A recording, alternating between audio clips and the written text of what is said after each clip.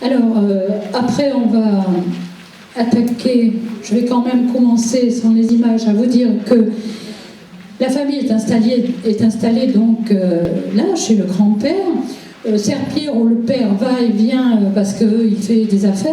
Et puis, finalement, en 1466, toute la famille va s'installer à Florence.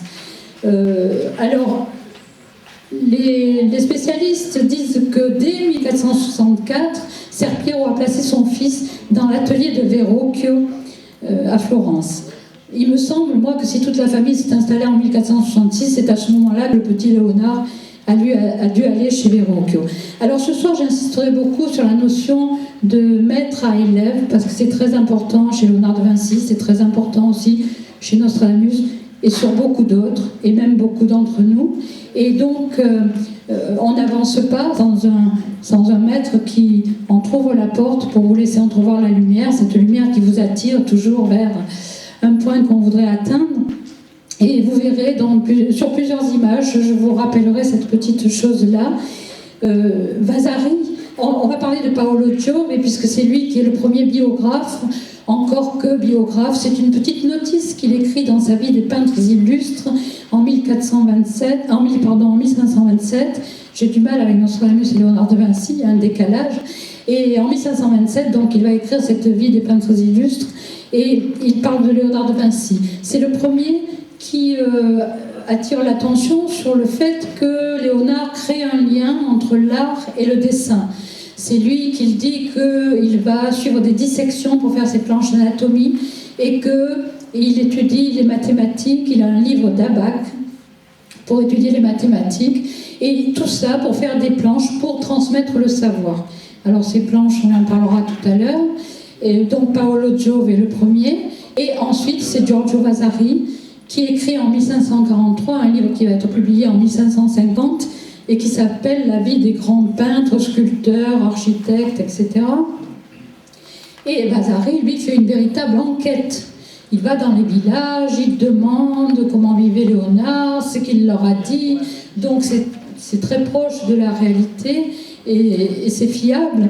Et Vasari nous raconte en détail qu'un soir, Léonard en a assez de faire de la géométrie et il écrit sur son codex « Bon, je laisse tout là parce que la soupe refroidit » ou bien qu'il passait des nuits entières à travailler, ou que quand il prenait le pinceau le matin, eh bien on savait que de toute la journée il ne le lâchait pas, que parfois il était capable de quitter l'atelier ou le tableau qu'il était en train de peindre pendant 4 jours, on ne le voyait plus, et puis tout d'un coup il revenait, il faisait un petit détail sur le tableau et il repartait. Et les deux, Paolo Giove et Giorgio Vasari, s'étonnent que Léonard de Vinci n'ait pas fini beaucoup de ses commandes. Oh, merci Léonard.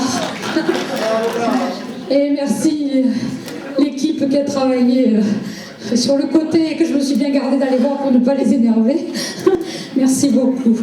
Voilà. On va pouvoir y aller. Donc, Giorgio Vasari nous parle de sa vie à Florence et à Milan. Et c'est ce qu'on va voir maintenant, donc si on peut rentrer dans le détail. C'est vous qui intervenez ou c'est moi? Comme vous voulez. Alors, donc voilà la statue de Léonard pour commencer le discours, à la galerie de l'Académie à Florence. Donc, image suivante. Oh, qu'est-ce que vous me faites en verre? Je vous assure qu'il faut être costaud pour rester chez Nostradamus, mais si Léonard me fait la même chose, je vais rendre mon tablier. Alors Giorgio Vasari qui raconte tout ça, Sartre, Andrea del Sarto, nous on le côtoie parce qu'avec le traité des confitures, il faisait des compositions de sucre pour Catherine de Médicis, donc on l'a déjà rencontré. Andrea del Sarto, c'est l'élève de Raphaël d'Urbino. Raphaël est l'élève du Perugino, qui est lui-même l'élève de Verrocchio. Verrocchio, on va en parler, puisque c'est l'atelier où était Léonard. Et Verrocchio est lui-même l'élève de Donatello. Donc vous voyez que c'est tous des noms extrêmement connus, tous des grands noms, et qu'on n'est pas étonné qu'au bout, évidemment, il y ait ces réalisations dont on parle encore aujourd'hui. Alors, j'ai mis cette image-là. Alors, j'ai essayé de mettre des images, pas forcément celles que vous attendez, C'est ce que je vous ai dit tout à l'heure, c'est mon Léonard, je ne vais pas vous chanter ça, mais... Et donc ici, puisqu'on parle de Vasari, c'est peint par Vasari, c'est la coupole du Duomo à Florence, ce fameux Duomo fait par Brunelleschi, et pour lequel il a fallu créer des instruments spéciaux et qui étonne encore les architectes d'aujourd'hui. Et ce Duomo, rien que pour la peinture à l'intérieur, cette fresque a demandé à Vasari plus de 20 ans de travail. C'est le jugement dernier. Est-ce qu'on peut agrandir et venir sur le centre? Vous ne pouvez pas, c'est pas grave. On a fait ça au cas où on ne pourrait pas agrandir aussi. Donc, ce qui est intéressant, c'est qu'en haut, dans le centre, on voit les apôtres qui passent la jambe par l'arche. Enfin, on les croirait entrer dans la pièce et c'est magnifique. Les vitraux sont de Donatello et la lanterne au-dessus, qu'on ne voit pas puisqu'on est à l'intérieur, est de Verrocchio. Alors, image suivante. Voilà la maison du grand-père. Merci. Voilà la maison du grand-père à Anchiano. Alors, c'est un petit peu... Il y a beaucoup de points communs dans cette histoire avec Nostradamus, c'est-à-dire que c'est une maison qui a été retapée, et encore plus même retapée que celle de Nostradamus, parce que si j'ai ma flèche quand même, si je m'en servais, ça serait peut-être pratique. Voilà, ici, elle était détruite jusqu'ici quand même. Hein. Donc, pour en faire un musée, on l'a retapée, et on la voit comme elle est aujourd'hui. Suivante. Donc la famille s'installe à Florence, ça je vous l'ai déjà raconté, pour ceux qui connaissent, eh bien, vous pouvez reconnaître ce paysage merveilleux. Allez-y. Verrocchio, voilà ce qu'il fait, c'est une Madone de Verrocchio, c'est quand même pas le premier venu, mais c'est quand même plus un sculpteur qu'un peintre, et surtout, il a une formation d'orfèvre, et c'est un bronzier averti. Suivante. Voilà comment se composait un atelier à Florence. Ici, on rend compte à la famille de Médicis, puisque c'est la famille qui paye, qui est mécène, de tous les travaux qui sont en cours. Le sculpteur présente sa sculpture. On a celui qui a fait la maquette de l'église. On a les plans d'architecte. Si on pouvait agrandir, on arrive à lire sur les plans ce qui est écrit. Et on s'aperçoit qu'à ce niveau-là, il y a même un dessin de perspective. On va voir tout à l'heure, on va en parler de la perspective. Allez-y. Alors, dans cet atelier de Verrocchio, il n'y a pas que Léonard de Vinci. Il y a des gens célèbres qui sont élèves aussi et qui apprennent les mêmes choses. Et celui-là, c'est Pietro Vannucci, dit le Perugino. Il était citoyen d'honneur de la ville de Pérouse et du coup, on l'a appelé le Perugino. Et le Perugino, pour avoir vu une rétrospective à Pérouse, je peux vous dire que pour moi, je pense que c'est ce que j'ai vu de plus beau. Dans la douceur des visages, des vierges, des madones, enfin de tout ce qu'il a peint.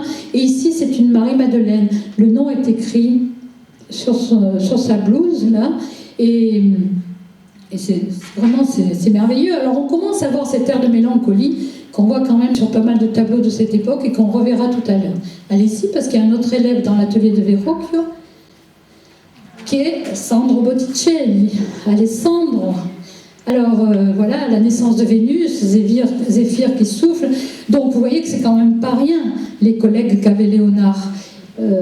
Image suivante, s'il vous plaît, on va essayer de pas trop traîner. Alors voilà, c'est ici que l'histoire commence. Le petit Léonard commence à broyer les pigments, à coller du bronze, à faire des moulages avec de l'argile. Il apprend tout ce qu'il y a à apprendre dans un atelier comme celui-là, et le maître lui dit: si tu as 5 minutes, recopie les dessins, recopie, parce que comme ça, ta main prendra la forme du dessin et tu n'auras plus à calculer. C'est ce qu'il fait, et il grandit. Et d'abord, je dois vous dire qu'on ne peut pas oublier quand même que les 3 artistes là, se sont inscrits en 1472 à la guilde des peintres, à la guilde de San Luca, la compagnie de San Luca à Florence, qui leur permettait après d'avoir leur propre commande. Donc un jour, Verrocchio dit à cet enfant, enfin à cet adolescent: est-ce que tu veux sur le tableau dessiner un ange? Et Léonard accepte, ça devait lui démanger le pinceau, et il fait cet ange qui est à gauche, qui est merveilleux, et Verrocchio fait celui d'à côté. Au niveau des yeux déjà quand même, bon, on voit qu'il y a plus de délicatesse dans celui de gauche, même si l'autre n'est pas à négliger. Suivante, s'il vous plaît. Et cet ange vient dans ce tableau, le baptême du Christ, qui est de 1475. Et on dit que Léonard aurait fait aussi les paysages et l'eau. Vous verrez que l'eau, c'est quelque chose qui le hante, qui revient souvent dans son histoire. Et ce qui est merveilleux, c'est que Verrocchio, le maître, pose son pinceau et regarde le travail du jeune Léonard. Et il a presque les larmes dans les yeux. Et il dit, mais cet enfant est trop bon, c'est fini, je ne toucherai plus un pinceau de ma vie, parce que l'élève a dépassé le maître. Suivante. Alors on va voir maintenant l'œuvre propre de Léonard de Vinci, premier dessin daté et signé de Léonard. Il appelle ça le jour de Santa Maria della Neve, et c'est le 5 août 1473. Il peint un paysage, c'est plus grand, hein, j'ai pu vous mettre que la moitié. Il peint un paysage qui est la vallée de l'Arno, avec une forteresse et des tourbillons d'eau, toujours cette eau qui revient et qui est au centre de son œuvre. Allez-y.